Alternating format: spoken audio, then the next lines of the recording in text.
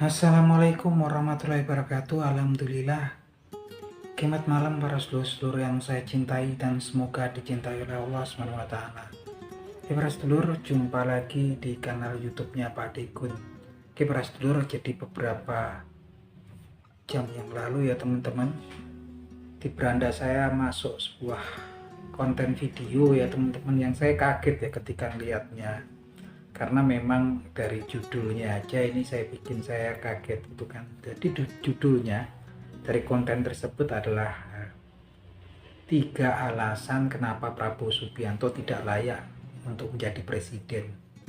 Terus kemudian di dalam covernya itu tertulis apakah akan nyampe kemudian 2027. Nah, saya kaget ya gitu kan. Ini sangat menarik, dan kemudian saya lihat konten video tersebut. Ternyata yang bikin konten adalah seorang konten kreator yang namanya Guru G ya. Guru G ini sepertinya konten kreator yang lumayan terkenal karena memang saya lihat channelnya itu subscribernya banyak teman-teman. Nah kemudian saya sekilas saja lihat gitu kan, apa sih gitu kan, kok sepertinya judulnya aja, clickbaitnya aja udah betul-betul bikin saya penasaran gitu kan. Dan ternyata memang dalam konten video tersebut memang membicarakan hal yang terkait dengan presiden kita saat ini, yaitu Bapak Prabowo Subianto. Yang jelas dari judulnya aja saya ngerasa aneh gitu kan, ngerasa ini sesuatu yang konyol. Gimana kemudian si Guru G ini menyatakan bahwasanya 3 alasan kenapa Prabowo Subianto belum layak untuk menjadi Presiden Republik Indonesia. Ini kan konyol gitu kan. Masalah presiden itu bukan masalah layak nggak layak. Saat ini Pak Prabowo sudah resmi terpilih, yang memilih adalah masyarakat banyak, warga negara Indonesia. Terlepas kita suka nggak suka, Pak Prabowo ini terpilih ya dengan kemenangan 58%, itu kan. Jadi bukan masalah layak nggak layak. Kalau nggak layak nggak terpilih gitu kan. Mungkin di matanya guru G sendiri yang kemudian dia dianggap tidak layak gitu kan. Dan saya memang kemudian melihat dia ini memang berusaha mengungkapkan alasan-alasan ya, yang memang sepertinya berusaha untuk menyudutkan Pak Prabowo Subianto ya, dengan narasi atau argumen-argumen yang dia bikin, yang menurut saya juga argumennya cuman mungkin dia lihat-lihat dari media sosial juga gitu kan, yang mana dia mengatakan salah satunya bahwasanya Pak Prabowo itu tampak sangat permisif kepada para koruptor ya, lunak ya artinya. Kemudian Pak Prabowo itu dikelilingi oleh circle para koruptor gitu kan. Nah ini kenapa kemudian saya respon gitu kan, karena kalau menurut saya masalah suka nggak suka kepada Pak Prabowo Subianto, suka nggak suka dia adalah presiden kita saat ini, dan kita mempercayakan jalannya roda pemerintahan Republik kita ini pada Pak Prabowo Subianto. Lagian Pak Prabowo Subianto ini kan memang baru 6 bulan ya jalankan roda pemerintahannya.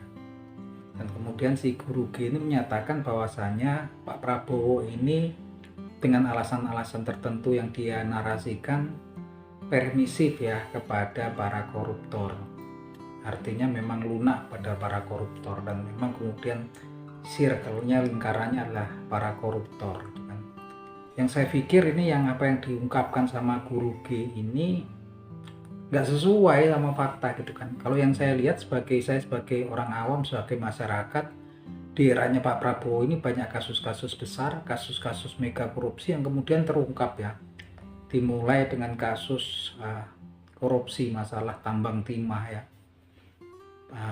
Yang tambang timah ini yang korupsinya mega korupsi, yang kemudian memang kerusakan alam yang terjadi daripada kasus korupsi tersebut diperkirakan sampai 350 T, dan ini terungkap di eranya Pak Prabowo Subianto.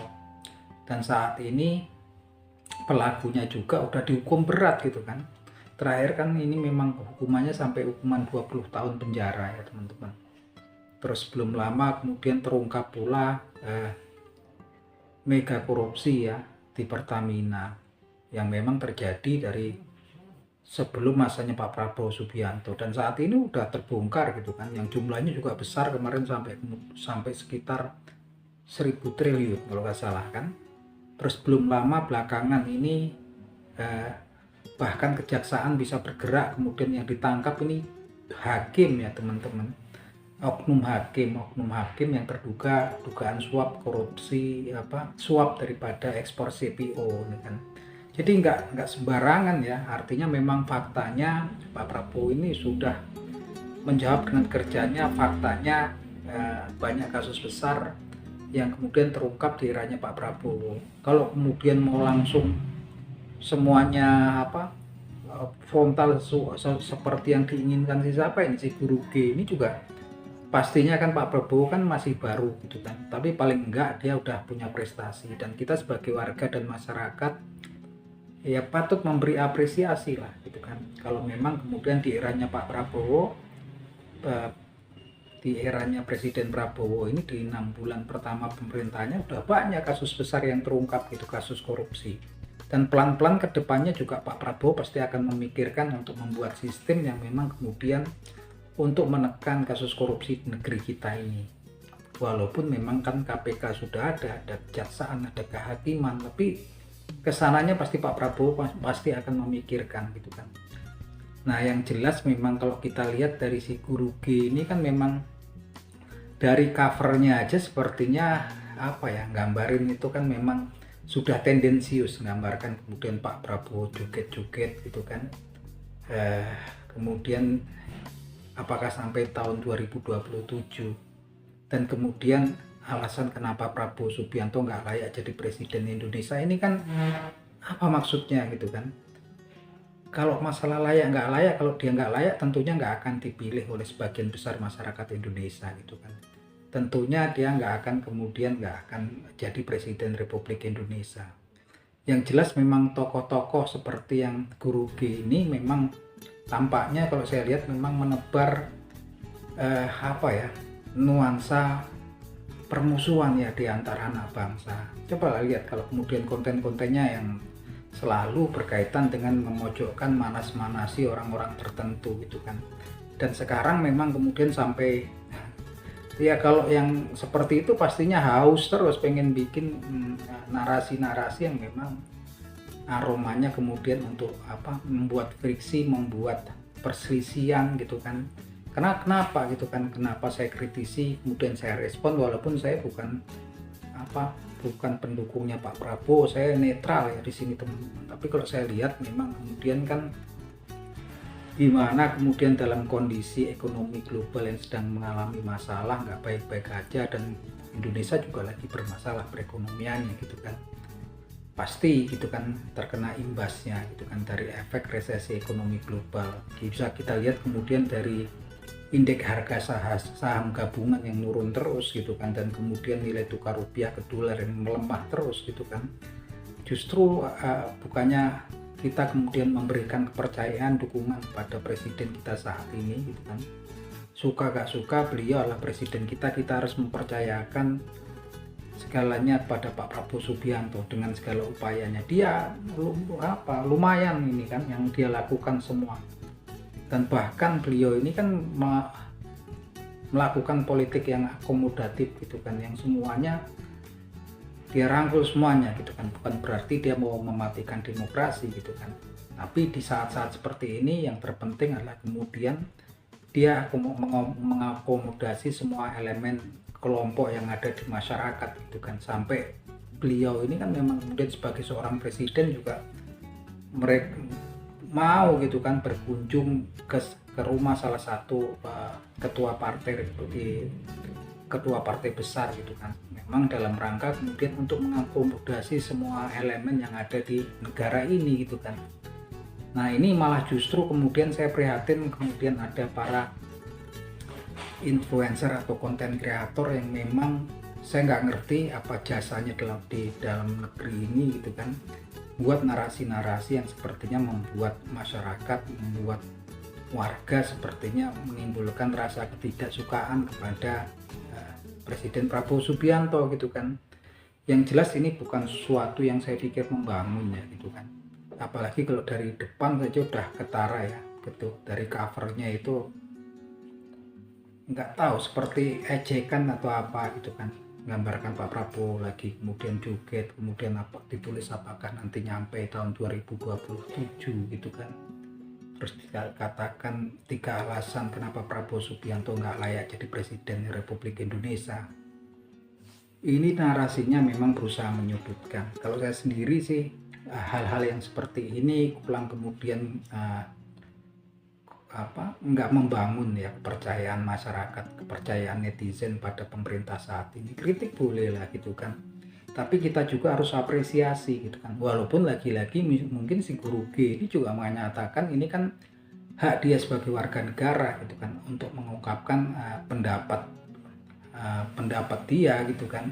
Tapi saya pikir juga saya sebagai seorang warga negara juga berhak kemudian untuk kemudian merespon kan hal-hal yang saya pikir memang nggak baik ya gitu kan, nggak baik, konstruksinya ini memang nggak baik gitu kan, berusaha menyudutkan pimpinan tertinggi republik ini gitu kan, yang mana saya pikir dia ini cuma data-datanya, argumen-argumen dan narasi dia itu didasarkan pengetahuan dia dari media sosial gitu kan. Kalau dikejar dia juga nanti suruh buktikan susah gitu kan. Dia bilang kemudian di sekitar penjara Sukamiskin tuh harga tanahnya mahal, banyak bangunan-bangunan mewah gitu kan, dan para tahanan nggak ada di tahanan gitu kan. Kalau dikejar buktinya ada nggak gitu kan. Dia ini kan cuma kemudian membaca-baca dari media sosial, narasi-narasi yang dia bikin itu sepertinya bukan berdasarkan riset ataupun penelitian dia yang nyata ya. Lagi-lagi saya bikin ini bukan kemudian saya fanatik kepada Pak Prabowo Subianto. Saya juga kemudian kalau ada yang memang nggak berkenan ya memang harus kita akui kalau memang betul-betul itu. Tapi kalau kemudian beliau buat prestasi ya harus kita apresiasi gitu kan. Dan kalau bisa memang dalam kondisi memang resesi ekonomi global dan di negeri kita juga terdampak gitu kan, kita berikan dukungan, berikan kemudian support ya, berikan apresiasi kepada para pemimpin kita yang memang udah berusaha dengan keras gitu kan. Dan memang pasti segala sesuatu itu pakai proses ya gitu kan. Baru 6 bulan gitu kan, mau seperti apa gitu kan, baru 6 bulan kalau kemudian udah banyak kasus-kasus besar yang kemudian terungkap ya luar biasa gitu kan. Dan perlahan pastinya nanti juga akan ada banyak perbaikan gitu kan, karena proses politik ini kan dinamis gitu kan. Dan kalaupun memang ada koruptor, ini kan memang ada para koruptor tuh dari sejak zaman dulu, dari sejak zaman presiden-presiden sebelum zamannya Pak Prabowo Subianto. Dan tentunya mereka juga udah ketika sudah ada sebelum Pak Prabowo kemudian menjabat, pastinya mereka ini kan juga punya jaringan yang kuat gitu kan, dan pastinya butuh proses untuk menekan korupsi di negeri kita gitu kan. Nah saya pikir memang teman-teman di era yang seperti ini memang kemudian saya ingat kata-katanya Pak Prabowo ketika mengundang 7 orang jurnalis dari 7 media yang berbeda di Hambalang teman-teman.